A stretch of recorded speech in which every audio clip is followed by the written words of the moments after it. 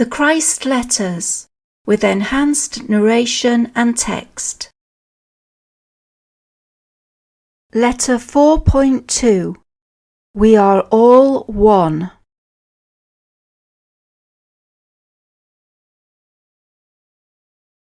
I have also returned to all those who are neither Muslim nor Christian, Buddhist nor Hindu. I have come to those who desire, nay, long, to know the reality behind all existence.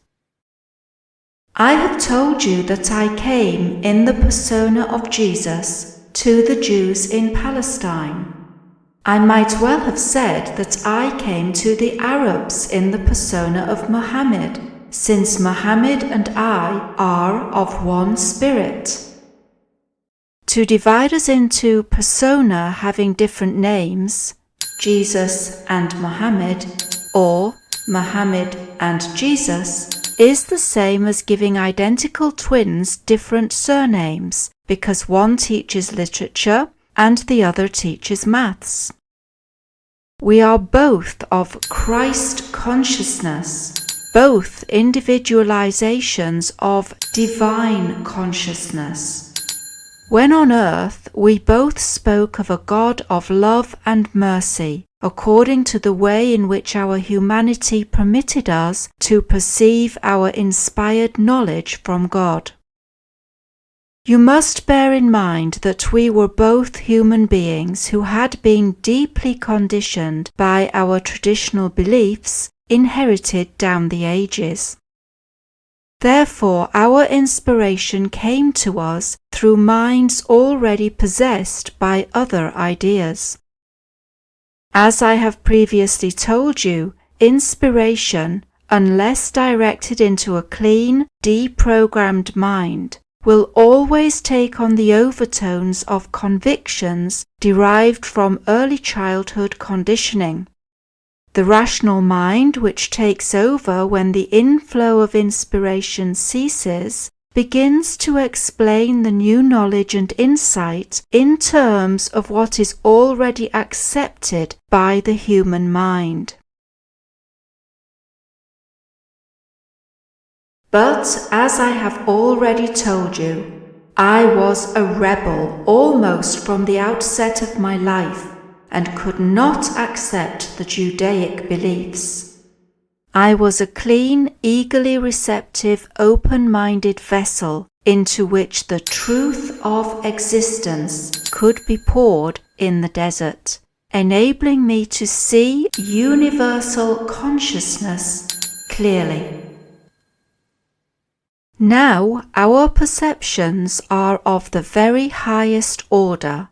We are of one mind, one life, one love, reaching out equally to Muslim and Jew and Christian, Buddhist and all people, atheist or agnostic. Our only motive in calling to them is to bring them inspired, heart-changing insight, which will enable them to recognize their essential underlying brotherhood in spirit, encourage them to think new thoughts, relate to each other peacefully with forgiveness in their hearts, and thereafter live their lives differently, drawing light from their source of being. We would both speak of universal consciousness to you who are living in this present scientific age, because you have traveled far into scientific understanding and can now receive what we both have to say. Together we say with one voice, heed, listen. We and you on earth are all one at the very roots of our being. Whatever destruction you hand out to others, you are also handing out to yourselves. We must make it clear that we have come to all people of good sense, good will, and good heart, irrespective of their present race and religious beliefs. We embrace, love, draw you all into our consciousness mantle of protection and safety. We are aware of your problems on earth at this present time. We are aware of the centuries-old conflict between Judaism and Islam. But this rift has nothing to do with us. Your squabbles leave us unmoved. Why jeopardize your own good, your own future felicity, by fighting over some concept which is meaningless and therefore without value? In reality, you adhere to your chosen religions because, in the depths of your heart, you are all reaching out to the source of your being, although you call your source of being by different names. We are both aware of the struggles of individual Jews to live a good life, and of individuals of Islam to truly reverence and venerate Allah throughout the day, attributing all they do and achieve to His power working on their behalf, and of Christians immersed in their beliefs of salvation by the blood of Jesus. You are all striving to attain goodness, but will never do so whilst you remain divided by your beliefs. Once the maelstrom of the present world consciousness of mutual aggression has been fully spent, the day will surely come when Muslim, Jew, Christian, Buddhist, and Hindu will gather together, rejecting their differences in religious beliefs and mingling as one people to give thanks to divine consciousness, out of which they have drawn their being, and from which will come all future boundless blessings of beautiful, inspired, and caring lives.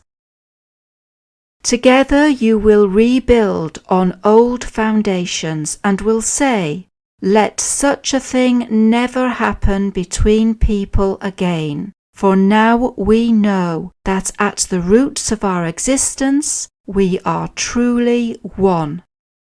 When I make you suffer, I too am lessened in divine life, and my own suffering will follow.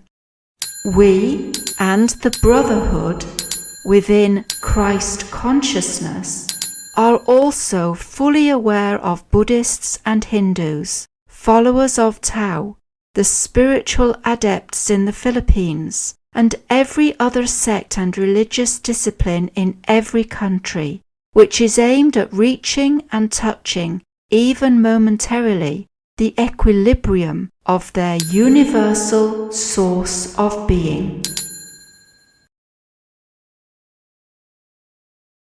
We are aware of all. You are all encompassed within our universal love, compassion, and caring. You are all important to us, irrespective of your beliefs, for you are all one at the grassroots of your being. Your souls are unified in divine consciousness. One and all, you are unified and one at soul level within your source of being.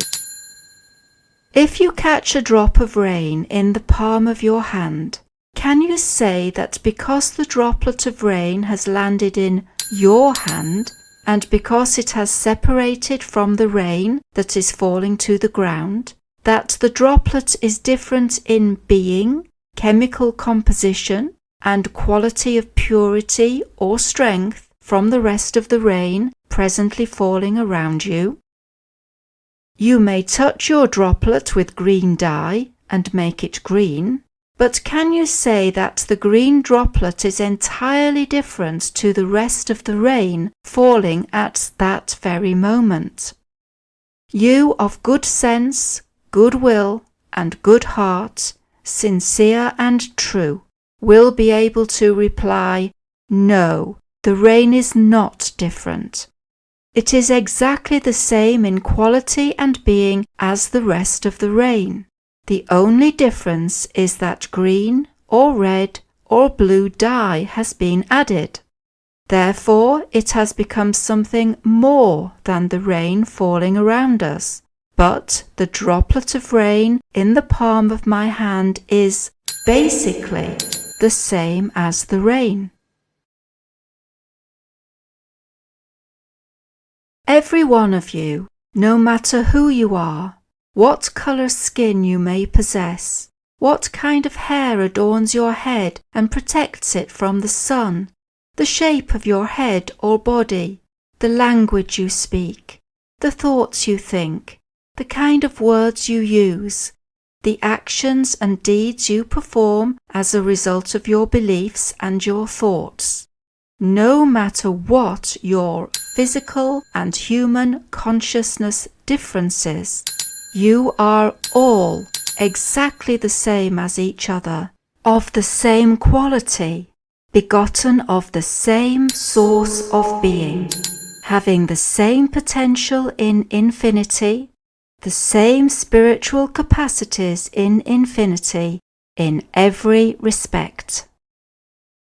The only difference between every one of you, Muslim Arab, Russian Jew, American Christian, Tibetan Buddhist, Indian Hindu, are the additives which have been pumped into each of you as a result of your genetics derived from your parentage and race, environment, family upbringing, family resources, poor or wealthy, education, and opportunities in life.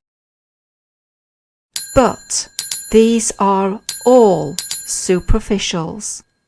They are additives masking your reality you call your soul, even as dye will mask the truth concerning the drop of water in the palm of your hand. Your soul comes directly from divine consciousness and remains itself pristine and pure and unified in divine consciousness with all other souls, despite all the additives which have covered and corroded it since birth. You must also realize that everyone is born with differing human capacities to make use of the additives pumped into them at birth. The human capacities to be utilized by each soul depend on the spiritual progress it made in previous lives. Some people climb out of deep holes of disadvantages, depression, and despair, and achieve high positions of trust and respect, wielding much influence over others. And some people fall from dizzying heights of advantage, wealth, opportunity, and talents into black holes of despair and depression, drug-taking, murder, rape, and whatever. Nevertheless, for all that you have each made, or not made, of your opportunities or your lack of them, you all remain fundamentally and basically of the same beingness and potential.